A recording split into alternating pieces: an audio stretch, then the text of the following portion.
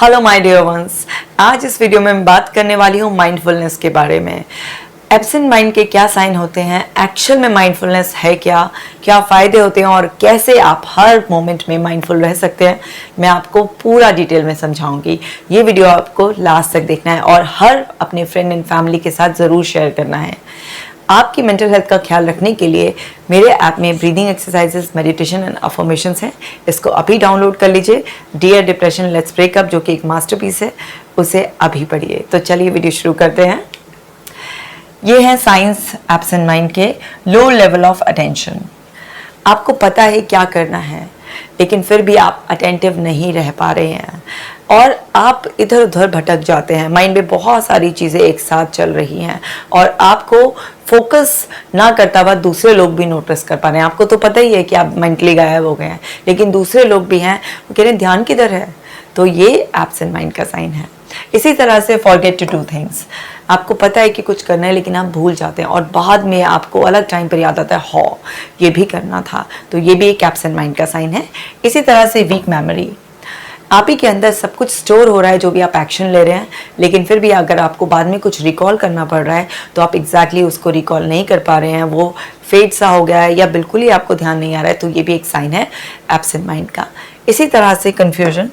आपको छोटी छोटी बातों पर कन्फ्यूजन हो रहा है कि क्या कहा था, क्या बात हुई थी, क्या करना है, डिसीजन लेने में डिफ़िकल्टी आ रही है। तो ये भी एक साइन है कि आपका माइंड ऑलरेडी पजल्ड है, उसमें बहुत सारी ओवर थिंकिंग चल रही है, आप लॉस्ट हो जाते हैं और आपको कन्फ्यूजन हो रहा है।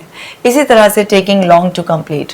कोई भी काम आपने स्टार्ट किया, लेकिन आपको उसे कंप्लीट करने में बहुत ज़्यादा समय लग रहा है, मतलब जितना लगना चाहिए था उससे कहीं ज़्यादा, क्योंकि आप बीच बीच में लॉस्ट हुए जा रहे हैं। और जब हम लॉस्ट हो जाते हैं तो कुछ टाइम बाद जब हमें अवेयरनेस आती है या फिर दूसरा कोई हमें अवेयरनेस दिलाता है कि भाई क्या कर रहे हो, जैसे होता है ना, मान लीजिए पढ़ रहे हैं और फिर कुछ सोच रहे जा रहे हैं, तो फिर उधर से कोई फैमिली मेम्बर आया, क्या हो रहा है, सो अवेयरनेस बाद में आ रही है। तो यानी कि वो काम कंप्लीट करने में टाइम लग रहा है। तो ये एब्सेंट माइंड के साइन है। अब समझते हैं कि एक्चुअल में माइंडफुलनेस है क्या। माइंडफुलनेस का मतलब है मोमेंट अवेयरनेस। आप जिस मोमेंट में हैं आप उसके बारे में अवेयर हैं, बिल्कुल जागरूक हैं। आपको पता है कि आप क्या कर रहे हैं, आसपास कौन है, क्या हो रहा है, आपको उसकी पूरी की पूरी अवेयरनेस है, मीन्स आप उसमें अटेंटिव हैं। इसी तरह से मेंटेनिंग अ मोमेंट। अब ऐसा नहीं है कि उसकी अवेयरनेस है उस टाइम पर और आप उसे मेंटेन नहीं कर पा रहे हैं, आप उसे मेंटेन भी कर पा रहे हैं। तो ये माइंडफुलनेस है। मीन्स कोई काम स्टार्ट किया और उसी में ही आप कॉन्टीन्यूसली इन्वॉल्व हैं और आप उसमें इंटरेस्ट भी आ रहा है, आपको पूरी तरीके से आपको अवेयरनेस है। तो इसका मतलब ये है आप ऑलरेडी माइंडफुलनेस प्रैक्टिस कर रहे हैं। इसी तरह से थॉट एंड फीलिंग्स। आप कोई भी काम कर रहे हैं और उसको करते वक्त आपके दिमाग में कोई थॉट आया या कोई इमोशन जुड़कर आया, तो आपने उसे नोटिस किया, लेकिन आप उसके साथ एंगेज नहीं हो गए, आप उसे एंटरटेन करना नहीं स्टार्ट करें और फिर भी आप अपना काम करते जा रहे हैं। तो ये माइंडफुलनेस है। इसी तरह से बॉडीली सेंसेशन। आपकी बॉडी में कहीं पर भी किसी भी तरीके की सेंसेशन हो रही है और आप उसके बारे में अवेयर हैं, तो ये भी एक माइंडफुलनेस का साइन है। इसी तरह से सराउंडिंग अवेयरनेस। आपको आसपास की सराउंडिंग की अवेयरनेस होती है। जैसे अगर सपोज़ कीजिए आप वॉक पर भी गए तो आपको आसपास की जो सराउंडिंग है उसकी पूरी अवेयरनेस है, लेकिन फिर भी आप कॉन्टीन्यूसली बिना किसी जजमेंट के अपना काम करे जा रहे हैं। मीन्स आप वॉक करने गए तो वॉक कर रहे हैं, या आप वहाँ पर किसी पार्क में टाइम स्पेंड करने गए तो वहाँ पर बैठ कर आराम से टाइम स्पेंड कर रहे हैं, मेडिटेशन कर रहे हैं, ब्रीदिंग कर रहे हैं, या अपना घर में भी कोई काम कर रहे हैं। आपको आसपास की सराउंडिंग की अवेयरनेस है, लेकिन फिर भी आप उसी काम में इन्वॉल्व हैं। तो ये माइंडफुलनेस आप ऑलरेडी प्रैक्टिस कर रहे हैं। इसी तरह से नॉन जजिंग। आप किसी भी चीज़ को जज नहीं कर रहे हैं। मीन्स जब हम नॉन जजमेंटल उसमें चले जाते हैं जोन में, तो हम माइंडफुलनेस प्रैक्टिस कर रहे होते हैं। जैसे आपने कुछ भी आसपास एनवायरनमेंट में, सपोज आप एक पार्क ही गए और वहाँ पर आपने कोई भी प्लांट्स देख रहे हैं, कुछ भी, तो आप बिना किसी जजमेंट के जस्ट उनको देख रहे हैं। जब हम बिना जजमेंट के किसी की बात सुनते हैं, कुछ चीज़ों को देखते हैं, या किसी की भी फीलिंग्स को, या कुछ भी कोई आसपास हमारे कुछ भी घटित हो रहा होता है, हम नॉन जजमेंटल एटीट्यूड के साथ सिर्फ उस चीज़ को देख रहे, सुन रहे और समझ रहे होते हैं, तो हम ऑलरेडी माइंडफुलनेस प्रैक्टिस कर रहे होते हैं। इसी तरह से पेशेंस। अगर आप किसी भी मोमेंट में पेशेंस रख पा रहे हैं तो ये भी माइंडफुलनेस का ही एक साइन है, क्योंकि कोई भी इंसान पेशेंस तभी रख पाएगा जब वो उस सिचुएशन के लिए जो भी उसके आसपास घटित हो रहा है माइंडफुल है, क्योंकि वो उस सिचुएशन को वहीं पर उसी मोमेंट में रहकर अंडरस्टैंड करने की कोशिश कर रहा है। उसके माइंड में कुछ इस तरह की ओवर थिंकिंग नहीं चल रही है, कोई बहुत ज़्यादा उसके माइंड में हरी नहीं है कि फटाफट से वो मोमेंट फिनिश हो। उसको प्रॉपर एक पेशेंस है, तो ये भी एक माइंडफुलनेस का ही साइन है। इसी तरह से स्टेबल माइंड, स्टेबल माइंड उसको कहते हैं जो जहाँ पर जिस मोमेंट में है आप उसी मोमेंट में टिका हुआ है। हमारा माइंड क्या है कि घूम कर आने का बड़ा शौकीन है। आप जो भी कुछ काम कर रहे होते हैं तो वो पास्ट में भी चक्कर लग जाता है और फ्यूचर में भी कहीं ना कहीं घूम कर आ जाता है। सो अब क्या है कि वो कहीं पर भी अपना इधर उधर दौड़ रहा है, क्योंकि वो जो दौड़ रहा है माइंड, वो क्या है, वो आपका सबकॉन्शियस माइंड है। और जो आप अवेयरनेस की, आप जो माइंडफुलनेस की बात कर रहे हैं, आप वो कॉन्शियसनेस की बात कर रहे हैं। हमारा माइंड दो भागों में डिवाइड हम जनरली ऐसे करते हैं। उसकी वैसे साइकोलॉजी में कई सारी और भी लेयर होती है, लेकिन मोटे मोटे तौर पर हम दो उसमें कॉन्शियस और सबकॉन्शियस के लेवल पर अगर हम बात करें तो आप जो माइंडफुलनेस है वो कॉन्शियस माइंड से वो कर सकते हैं। इतने में आपका सबकॉन्शियस माइंड इधर उधर घूम कर भी आ रहा है, सो तब भी आप कॉन्शियसनेस को वहीं पर ही फिक्स कर पा रहे हैं और धीरे धीरे आप अपने सबकॉन्शियस को भी ट्रेन कर रहे हैं इस तरह से मैसेज देकर उसे कि जो भी आप काम कर रहे हैं उससे पहले अपने आप को एक मैसेज दे रहे हैं कि अब मैं इसी मोमेंट में हूँ, या अपने आप को एक अफर्मेशन के रूप में बार बार आप ट्रेन करें कि मुझे प्रेजेंट मोमेंट में रहना ही पसंद है, प्रेजेंट मोमेंट में रहना मेरे लिए बहुत आसान है। तो इस तरीके से आपका माइंड धीरे धीरे स्टेबल हो जाएगा। और जिनका माइंड ऑलरेडी कॉन्शियस और सबकॉन्शियस दोनों एक साथ काम कर रहे हैं तो उनका माइंड एक स्टेबल माइंड है और यही माइंडफुलनेस है। इसी तरह से एक्सेप्टेंस, अगर आपको किसी भी मोमेंट में एक्सेप्ट करने में बहुत आसानी होती है, क्योंकि आपको पता है कि जो भी घटित हो रहा है उसको पहले एक्सेप्ट करना पड़ेगा। अगर आपकी एक्सेप्टेंस पावर बहुत अच्छी है तो आप ऑलरेडी माइंडफुलनेस प्रैक्टिस करें, क्योंकि जो माइंडफुलनेस है वो हमें प्रेजेंट मोमेंट में रहना और जो भी कुछ हो रहा है उसे एज इट इज़ एक्सेप्ट करना, बिना किसी इफ एंड बट के, बिना किसी जजमेंट के एक्सेप्ट करना ही हमें सिखाती है। क्योंकि लोग पहले जब भी कुछ होता है तो उनकी मर्जी के हिसाब से नहीं होता है तो वो डिनायल मोड में चले जाते हैं। फिर उनके अंदर नेगेटिव इमोशंस, चाहे वो एंगर हो या किसी तरीके का जेलसी, किसी भी तरीके का नेगेटिव इमोशन पैदा होता है एंड वो फिर एकदम से आर्ग्यूमेंट वाले बार्गेनिंग मोड में चले जाते हैं। एंड देन उसके बाद वो बहुत ज़्यादा लो फील करने लगते हैं, डिप्रेस सा फील करने लगते हैं अगर उनकी मर्जी के हिसाब से नहीं हुआ, एंड देन एक्सेप्टेंस में आते हैं। और जो भी लोग माइंडफुलनेस प्रैक्टिस करते हैं वो अवेयर होते हैं इस मोमेंट के बारे में कि हो चुका है और इसको चेंज नहीं किया जा सकता। वो अपने पास्ट को भी एक्सेप्ट कर लेते हैं, प्रेजेंट में कुछ अनएक्सपेक्टेड हुआ उसको भी एक्सेप्ट कर लेते हैं। अगर आपकी एक्सेप्टेंस पावर बहुत अच्छी है तो ऑलरेडी आप माइंडफुलनेस में हैं, यानी कि आप ऑलरेडी इसको प्रैक्टिस कर रहे हैं। आप माइंडफुलनेस का मतलब ही ये समझ लीजिए ना कि आपका माइंड फुल है अभी प्रेजेंट की सराउंडिंग से, प्रेजेंट मोमेंट से, आपके माइंड में और कुछ नहीं है। तो यही माइंडफुलनेस है। अब माइंडफुलनेस को लोग माइंडफुल है पास्ट की चीज़ों से या फिर फ्यूचर की केवल इमेजिनेशन से, तो माइंडफुल तो तभी भी होगा लेकिन वो माइंडफुलनेस एक्चुअल में नहीं होगी। तो एक्सेप्टेंस पावर को आपको बढ़ाना है, आपको समझना है कि प्रेजेंट मोमेंट में आपको रहना है। तो एक्सेप्टेंस एक बहुत ही इंपॉर्टेंट फैक्टर है जो आपको प्रेजेंट मोमेंट में रहने में मदद करेगा, क्योंकि अगर आप अपने पास्ट को एक्सेप्ट नहीं करेंगे या जो हो चुका है या अनएक्सपेक्टेड हुआ है उसे एक्सेप्ट नहीं करेंगे तो आपके अंदर डिस्कम्फर्ट पैदा होगा और वो डिस्कम्फर्ट आपको प्रेजेंट मोमेंट में रहने ही नहीं देगा।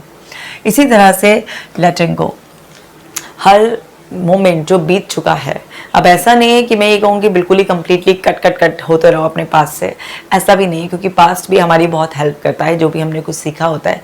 लेकिन जो भी हैवी इमोशंस हैं उसको अगर आप लेट गो कर देते हो, आपके अंदर एक ये एटीट्यूड डेवलप कर लेते हो प्रैक्टिस से कि जो भी कुछ अनएक्सपेक्टेड हुआ, किसी ने हर्ट कर या कुछ भी ऐसा मेरा लॉस हुआ, किसी तरीके का रिजेक्शन या कुछ भी ऐसी नाउमीदी वाला इमोशन है अंदर, तो उसे लेट गो करना, क्योंकि वो हैवी इमोशंस आपको प्रेजेंट मोमेंट में रहने ही नहीं देंगे। क्योंकि हैवी इमोशंस का क्या होता है, आपको दबा कर रखना, और अगर आप जब दबे दबे होते हैं तो आप घुटन महसूस करते हैं, और जब आप घुटन महसूस करते हैं तो आप छटपटाते हैं, और जब आप छटपटा रहे होते हैं तो आप प्रेजेंट मोमेंट में कैसे रह सकते हैं, आप बेचैन होते हैं। तो इसलिए लेट गो करना सीखना है। याद रखिए कि जो रियलिटी में हो चुका होता है, चाहे वो कितना भी बुरे से बुरा क्यों ना हो, उसे जाने देने में ही हमारी भलाई होती है। तो हमें हर चीज़ को लेट गो करना, हर पर्सन को जिसने हमें हर्ट किया है उसे माफ़ करना और फिर अपने मन से उसकी यादों को विदा करना ही हमारे को अलाउ करेगा कि हम प्रेजेंट मोमेंट में रह पाएँ। आगे समझते हैं बेनिफिट्स क्या हैं, क्यों हम माइंडफुलनेस प्रैक्टिस करें, क्यों हम अपने ऊपर मेहनत करें, फ़ायदे क्या होंगे। तो फ़ायदे क्या होंगे, ये हमारे अंदर का डिप्रेशन को कम करता है। अब डिप्रेशन का मतलब ये नहीं कि सभी को डायग्नोज हो जाए बिल्कुल ही डिप्रेशन। बहुत सारे लोग इतना ज़्यादा उस स्टेट को मेंटेन कर लेते हैं कि उनको डायग्नोज हो जाता है डिप्रेशन, और फिर जो है ना उनको भी माइंडफुलनेस स्किल सिखाई जाती है। बट थोड़ा बहुत एक डिप्रेसिव स्टेट हर इंसान लो मूड कुछ टाइम तक फील करता है। सो ये आपको उस डिप्रेसिव स्टेट से बाहर रहने में बहुत मदद करता है। आपको पास्ट को लेट गो कर कर हैवी इमोशंस को रिलीज़ कर कर प्रेजेंट में मोमेंट में रहने में बहुत मदद मिलती है। तो ये जो भी हमारे अंदर डिप्रेसिंग फीलिंग्स होती हैं, चाहे आपको डिप्रेशन डायग्नोज हुआ हो या जस्ट आपको कुछ फेजेस आते हो कुछ टाइम के लिए, कुछ मिनट्स के लिए, घंटे के लिए, जब आप डिप्रेस फील करते हैं तो उस सब को भी रिलीज़ करने में बहुत ज़्यादा मदद करता है। इसलिए आपको माइंडफुलनेस की प्रैक्टिस कर कर आपको अपने आप को हील करना है। इसी तरह से ईजी इमोशनल रेगुलेशन, जब भी कोई हमारे पास पर्सन डिप्रेशन में आता है सो हम उसको इमोशनल रेगुलेशन सिखाते हैं कि किस तरह से अपने नेगेटिव इमोशंस को उसको शिफ्ट करना है और उन सबको एक पॉजिटिव इमोशन से रिप्लेस करना है। तो जब आप माइंडफुलनेस प्रैक्टिस करते हैं तो आपको अपने इमोशंस को अंडरस्टैंड करना और उन्हें रेगुलेट करना बहुत अच्छी तरीके से आ जाता है। आपको समझ में आने लगता है कि आपको जो फीलिंग आ रही है वो क्यों आ रही है, उसके पीछे की क्या लेयर्स हैं। और जैसे ही आपको ये समझ में आने लगता है कि जो इमोशन आपको आ रहा है उसके पीछे की क्या लेयर्स हैं, तो आप अपने इमोशंस को शिफ्ट करने के लिए अपने थॉट पैटर्न को भी शिफ्ट करना शुरू कर देते हो। अगर आप चाहेंगे कि इमोशनल रेगुलेशन पर मैं एक डेडिकेटेड वीडियो बनाऊं तो आप कमेंट बॉक्स में लिखकर मुझे ज़रूर बता दीजिएगा, मैं आपके लिए इसका एक डिटेल वीडियो बनाऊंगी। इसी तरह से शार्प मेमोरी, आपकी मेमोरी बहुत शार्प होती है क्योंकि जो प्रेजेंट मोमेंट में रहता है वो बहुत अच्छी तरीके से इन सेंसेस का यूज़ करता है, और इन सेंसेस का बहुत अच्छी तरीके से यूज़ कर कर जब आपके अंदर जो भी आप स्टोर करने चाहते हैं वो बहुत अच्छी तरह से स्टोरेज होती है तो उसका रिकॉलिंग प्रोसेस भी बहुत अच्छा होता है। क्योंकि जो मेमोरी का होता है ना, इसमें रजिस्ट्रेशन प्रोसेस बहुत इंपॉर्टेंट है। जितना अच्छे से आपने रजिस्टर किया, और रजिस्टर कैसे करते हैं आप 5 सेंसेस के थ्रू। भाई 5 सेंसेस से अंदर डाटा जा रहा है, ठीक है, आप प्रेजेंट मोमेंट में तो आपकी सेंसेस ना वो सारी अवेयरनेस अंदर भेज रही हैं, और जितना आप माइंडफुल होकर अंदर कोई चीज़ भेजोगे तो वहाँ पर वो अंदर उतना अच्छा सेटल होगे, और जितना अच्छा रजिस्ट्रेशन प्रोसेस होगा उतना अच्छा रिकॉलेशन प्रोसेस होगा, तो आपकी मेमोरी भी बड़ी अच्छी शार्प हो जाती है। इसीलिए हम अपने बच्चों को भी समझाते हैं ना कि बेटा टीवी के, मोबाइल के बिना ही पढ़ाई करो, शोर शराबे से अलग हटकर एक शांत क्वाइट से प्लेस में पढ़ो, ताकि कम से कम डिस्ट्रैक्शन में जब बच्चा ज़्यादा अवेयरनेस के साथ पढ़ेगा तो उसके दिमाग में जो भी कुछ जाएगा वो जल्दी सेट हो जाएगा और उसको जल्दी याद हो जाएगा। तो इसी तरीके से जब हम माइंडफुलनेस प्रैक्टिस करने लगते हैं तो हमारी मेमोरी बहुत शार्प हो जाती है। इसी तरह से कॉग्निटिव इम्प्रूवमेंट, आपके कॉग्निटिव लेवल पर जहाँ पर आपकी अटेंशन भी है, जहाँ पर आपका लैंग्वेज पैटर्न भी काम कर रहा है, जहाँ पर आपका थॉट प्रोसेस भी काम कर रहा है, जहाँ पर आपके परसेप्शंस भी बने हुए हैं, सब कुछ बहुत अंदर हो रहा है कि कैसे आप कोई चीज़ परसीव करते हैं, कैसे वो प्रोसेस होती है, कैसे आउटपुट निकल कर आता है, तो आपका कॉग्निटिव लेवल बहुत इम्प्रूव हो जाता है। क्योंकि जो इंसान माइंडफुल है, जो इंसान प्रेजेंट मोमेंट में, जो इंसान काम है, जिसके अंदर एक्सेप्टेंस पावर है, जो उस मोमेंट को मेनटेन कर पा रहा है, तो डेफिनेटली उसके अंदर गार्बेज तो जाएगा नहीं ना, और जब माइंड में गार्बेज जाएगा नहीं तो डेफिनेटली आपका कॉग्निटिव लेवल इंप्रूव हो ही जाएगा। भाई जितना कम से कम गार्बेज जाएगा उतना ज़्यादा हमारा माइंड अच्छा रहेगा, स्टेबल रहेगा, स्ट्रॉन्ग रहेगा। क्योंकि अगर हम माइंडफुल नहीं होंगे, हम माइंडलेसली ऐसे ही काम करते रहेंगे तो हमारे अंदर गार्बेज जाने की, जो गार्बेज का मतलब ये है कि ऐसी रॉन्ग इन्फॉर्मेशन जाने की जो हमारे अंदर तरह तरह के नेगेटिव थॉट्स पैदा कर सकते हैं, उसके चांसेस बहुत कम हो जाते हैं। तो आपको ये भी फ़ायदा मिलेगा। इसी तरह से स्ट्रॉन्ग रिलेशनशिप, आपके रिलेशनशिप बहुत स्ट्रॉन्ग होते हैं। आज देखिए कि चार लोग आपस में बात कर रहे हैं, चारों के हाथ में मोबाइल होता है, या फिर मोबाइल भी नहीं है तो सुन रहे होते हैं, ऐसे ऐसे कर रहे होते हैं, और सामने वाला बाद में पूछते हैं अरे ध्यान कहाँ है, अच्छा बताना ज़रा मैंने क्या कहा था। क्यों? क्योंकि आप माइंडफुल नहीं हैं, आप उस मोमेंट में होते ही नहीं हैं, आप कहीं ना कहीं खोए हुए होते हैं, मेंटली एब्सेंट होते हैं, तो उससे आपकी रिलेशनशिप भी पुअर हो जाती है। लेकिन जब आप माइंडफुल होते हैं, अटेंटिव होकर सामने वाले को अपना क्वालिटी टाइम दे रहे होते हैं, उसी के साथ खुलकर एंजॉय कर रहे होते हैं, तो आपकी रिलेशनशिप बहुत ज़्यादा स्ट्रॉन्ग बनती है। और आपको पता भी ना, ह्यूमन कांटेक्ट में रहने से आपके अंदर ऑक्सीटोसिन भी रिलीज होता है। ऑक्सीटोसिन वाली वीडियो नहीं देखी है तो ज़रूर देख लीजिए, क्योंकि ये कार्डियो हार्मोन है, लव हार्मोन है, ये आपकी हेल्थ के लिए बहुत ही अच्छा है। आगे बढ़ जाते हैं। रिड्यूस करता है एंग्जाइटी एंड स्ट्रेस। अगर एक इंसान माइंडफुल रहता है तो उसकी भाई मेमोरी भी अच्छी है, वो अपने इमोशंस के बारे में, थॉट प्रोसेस सब के बारे में अवेयर है। तो ऐसे पर्सन को एंग्जाइटी और स्ट्रेस कैसे हो सकता है, जिसके अंदर एक्सेप्टेंस भी पावर है, जो उसी मोमेंट को एंजॉय कर रहा है। एंग्जाइटी और स्ट्रेस तो उस ऐसे पर्सन को हो ही नहीं सकता। तो माइंडफुलनेस प्रैक्टिस करने से आपके जितने भी साइकोलॉजिकल लेवल पर इस तरीके के इश्यूज होते हैं वो सब खत्म होने शुरू हो जाते हैं।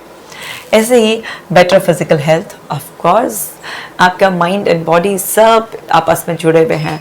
अगर आप माइंडफुल रहते हैं तो आपकी फिजिकल हेल्थ भी बहुत अच्छी है। आजकल लोग माइंडलेस ईटिंग कर रहे हैं, टीवी के साथ, मोबाइल के साथ जो है ना, या बातें करते करते खाते जाते ओवर ईटिंग कर लेते हैं, हेल्थ बिगड़ जाती है, राइट।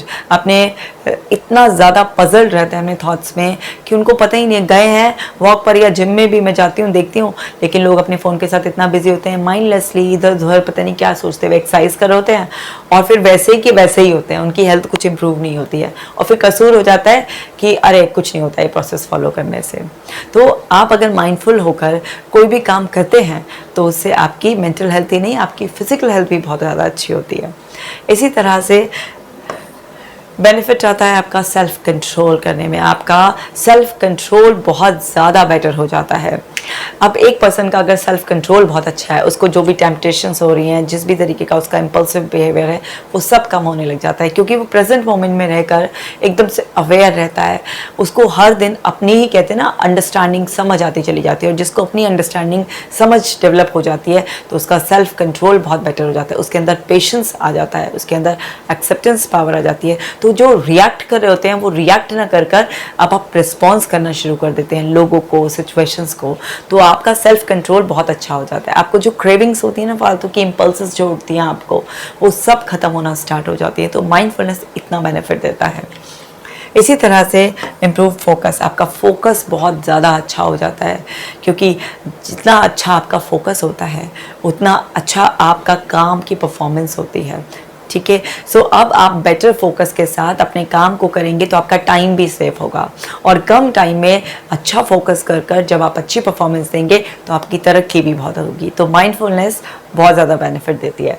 इसी तरह से मेंटल क्लैरिटी, आपको जो ब्रेन फॉग की प्रॉब्लम होती है ना, कि इतना पजल्ड कंफ्यूज रहते हैं, ओवर थिंकिंग चल रही है, समझ में नहीं आ रहा, डिसीजन लेने में डिले हो रहा है, कन्फ्यूजन हो रहा है, सब खत्म होने लग जाता है। मेंटल बिल्कुल क्लैरिटी होती है, क्योंकि आप उसी मोमेंट में तो हो, तो आप छोटी से छोटी डिटेल भी नोटिस कर रहे हो, आपको पता है कि क्या हो रहा है, आपको क्या करना है, क्योंकि उस मोमेंट में आपका माइंड जब एंगेज है तो ना तो वो पास्ट में जा रहा, ना वो फ्यूचर की किसी इमेजिनेशन में जा रहा है, तो बिल्कुल सब कुछ आपके सामने क्लियर है। तो आपको कॉन्फिडेंस भी बहुत अच्छा रहेगा अपने डिसीजन पे, और आपका डिसीजन जो भी होगा आप फास्ट भी ले पाएंगे और उसके बेनिफिट्स बहुत अच्छी तरह से एंजॉय कर पाएंगे, और आप ना क्लैरिटी के साथ दूसरे लोगों को भी कॉन्फिडेंस दे पाएंगे। तो मेंटल क्लैरिटी भी बहुत ज़्यादा होती है जब आप माइंडफुलनेस प्रैक्टिस करते हैं। आगे समझते हैं कि कैसे हम अपने अंदर माइंडफुलनेस को मेंटेन करने के लिए, और या जिनको बिल्कुल भी माइंडफुल नहीं रहता है तो वो किस तरीके से माइंडफुल रह सकते हैं।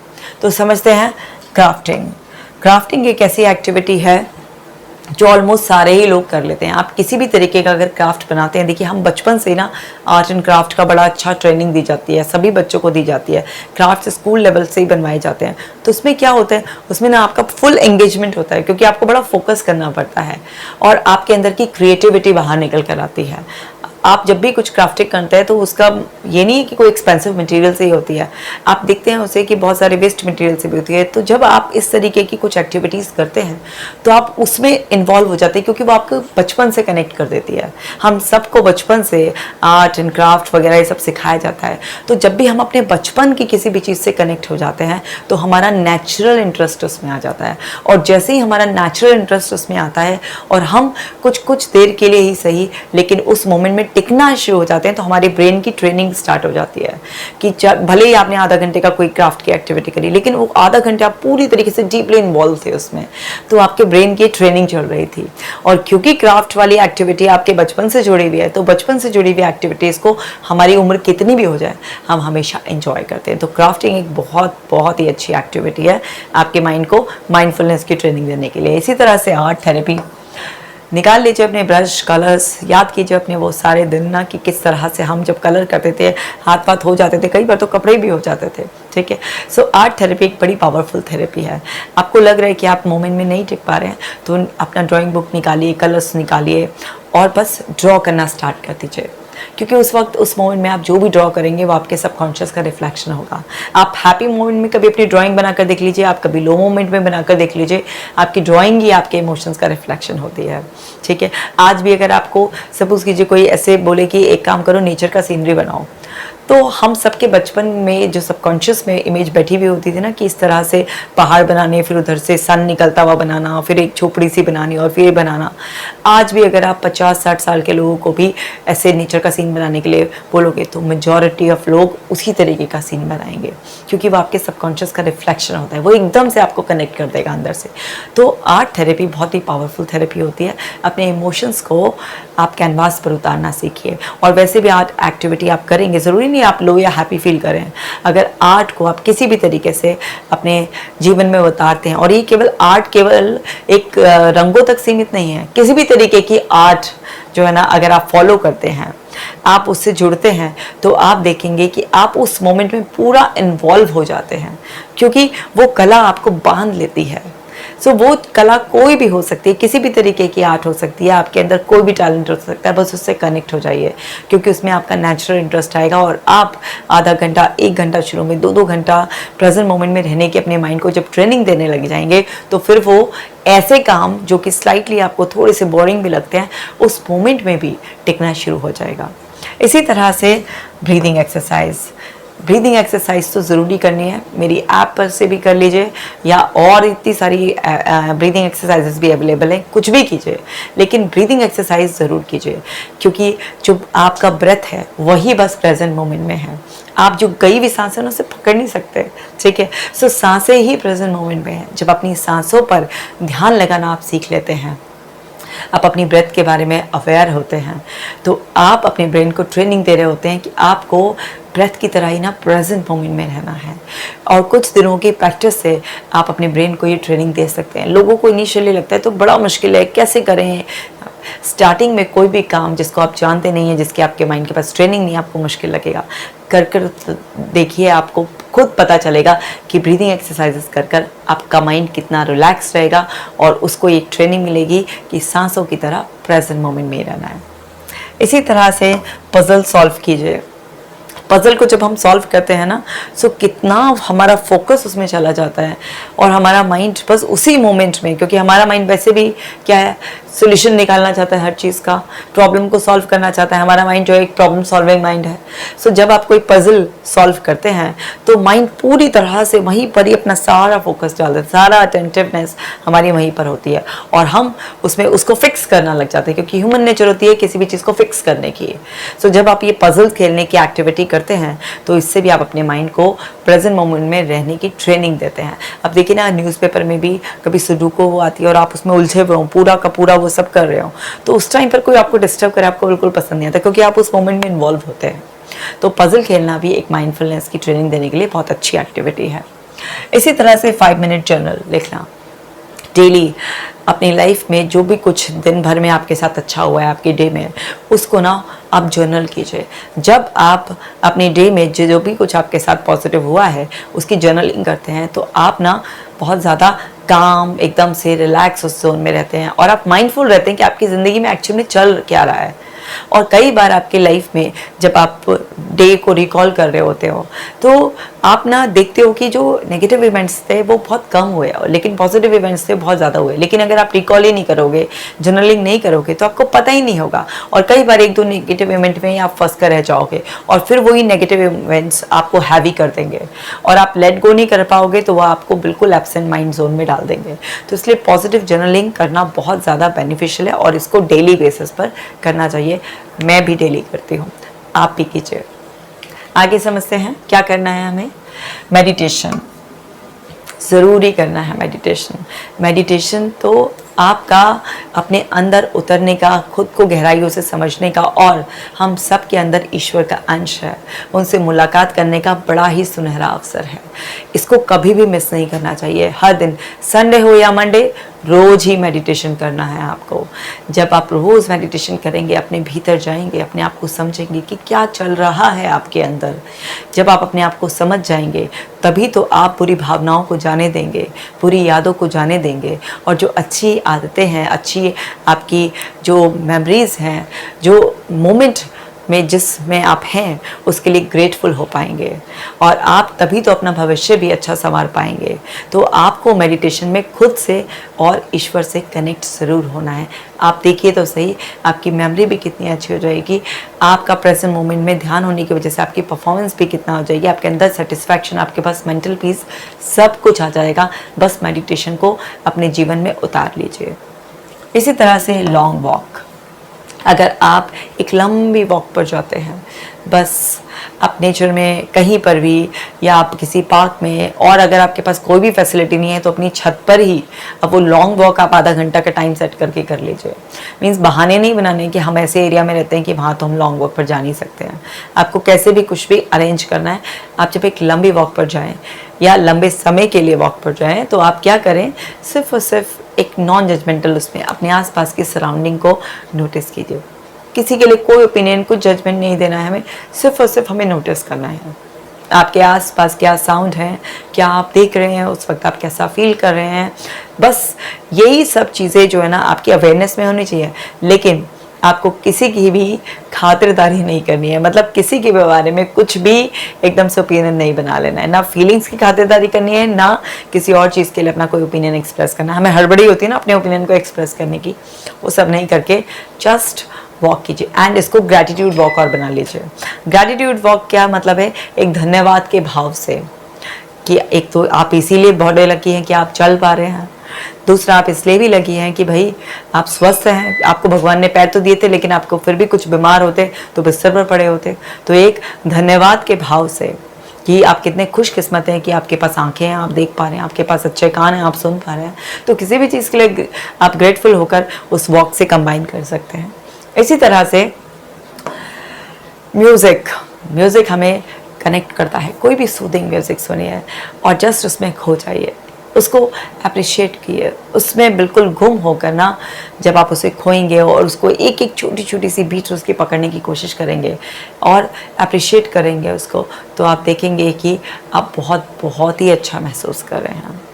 क्योंकि म्यूज़िक हमारे माइंड को बहुत ज़्यादा रिलैक्स करता है और म्यूज़िक से हम बहुत ज़्यादा कनेक्टिविटी फील करते हैं। ज़रा देखिए, जब आपका दिल टूटा हुआ होता है तो कैसे टूटे हुए दिल के गाने ऐसे ना, और जब मन खुश होता है तो कैसे खुशी वाले गाने ऐसे अच्छे लगते हैं। पार्टी जोन में होते हैं तो पार्टी के वहाँ, और एकदम से आपके अंदर स्टिमुलस मिलता रहता है और आप डांस करने लग जाते हैं। तो म्यूज़िक से हमें बहुत ज़्यादा कनेक्टिविटी फील होती है।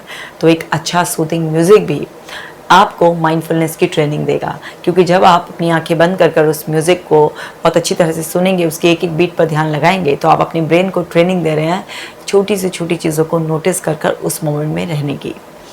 इसी तरह से ट्रैकिंग भी बहुत अच्छी एक्टिविटी है। किसी भी तरह से ट्रैक करना, किसी एक्टिविटी को ट्रैक करना या फिर ट्रैकिंग पर जाना, ठीक है, जिस तरह से एडवेंचरस ट्रैकिंग पर जाते हैं, कुछ भी ऐसा हो, क्योंकि उस टाइम पर ही आप एक हल्के से रिस्क और एक हल्के से रिस्पॉन्सिबिलिटी जोन में होते हैं, और जहाँ पर भी हमें कुछ रिस्पॉन्सिबिलिटी और रिस्क कहीं पर भी सेंस होता है तो उस टाइम पर अटेंटिवनेस बहुत ज़्यादा आ जाती है।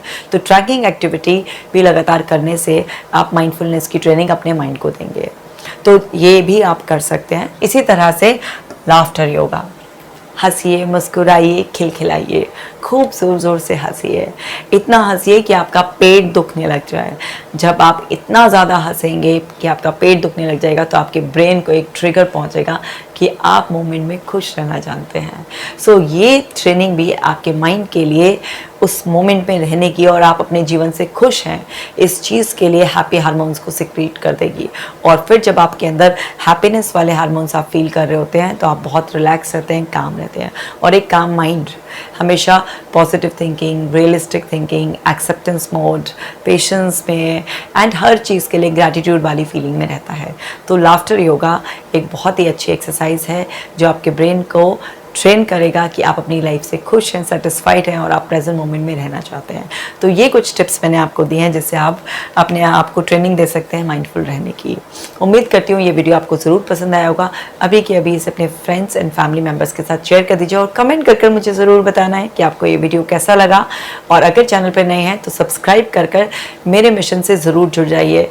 मैं चाहती हूँ कि घर बैठे आपकी मेंटल हेल्थ का मैं ख्याल रख पाऊँ और आप मेरा साथ दीजिए इस वीडियो को शेयर कर।